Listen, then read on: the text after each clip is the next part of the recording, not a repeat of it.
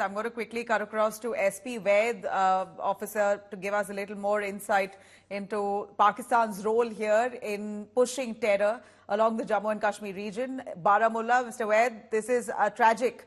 What we see here playing out is our armed forces keeping their life in the line, fighting and fending off those terrorists who are trying to infiltrate along the regions of Jammu and Kashmir. You have Anantnag, where encounter is still on the 4th day. You have URI today, this morning, where an infiltration bid was countered by the armed forces, and the information that surfaced now leaves us shocked. In fact, maybe not surprising for you. Here, the Pakistan army, we believe, has given fire cover to many of those terrorists who are trying to enter the border of Baramulla. Give us a little sense on Pakistan's determination or intention when it comes to countering India at those border areas. See, there is absolutely no doubt about Pakistan Army's involvement, establishment. Look at the way they give cover fire while the terrorists are infiltrating, so that it's difficult to intercept them. They provide all logistics to them. They provide Chinese weapons to them. There is absolutely no doubt about China. I have been repeatedly saying there is no change of intent in Pakistan. Those who clamor that India should talk to Pakistan, who do you talk? The very establishment which is following this policy of covert war with India, I don't see what can you talk to him. He's put a gun at your neck.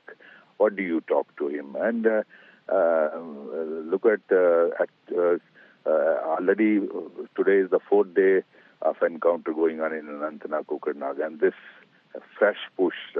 I think Pakistan will, before snowfall takes place, will try to push as many as possible, so that this narrative that after 370 things have improved, they want to counter it.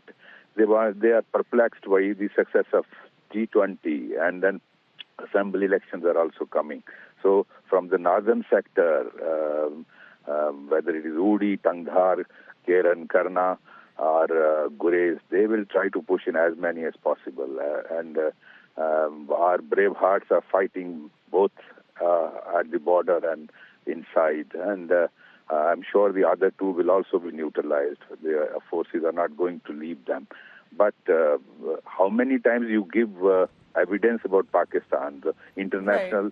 the countries will have to. That's why Pakistan is today completely isolated. So I think fresh evidence, but does it matter for Pakistan? It doesn't. Right, sir. You and in your tenure, you must have seen these kind of bids and seen a pattern with the terrorists that have been backed by Pakistan. Would you be able to tell us or give us a sense on what's the real intention to push terror along the borders? Is it just Kashmir or something more? No, you give Kashmir tomorrow, they will continue this even in other parts of the country. If you recall, a few years back, the terror was dancing death all across India. Today, fortunately, that thing is not happening. They have this establishment of Pakistan have no mercy for their own people. They have no mercy for Kashmiris. They have no, as long as they continue with this policy of bleed India by 1,000 cuts, they will continue this. I don't see any end to this.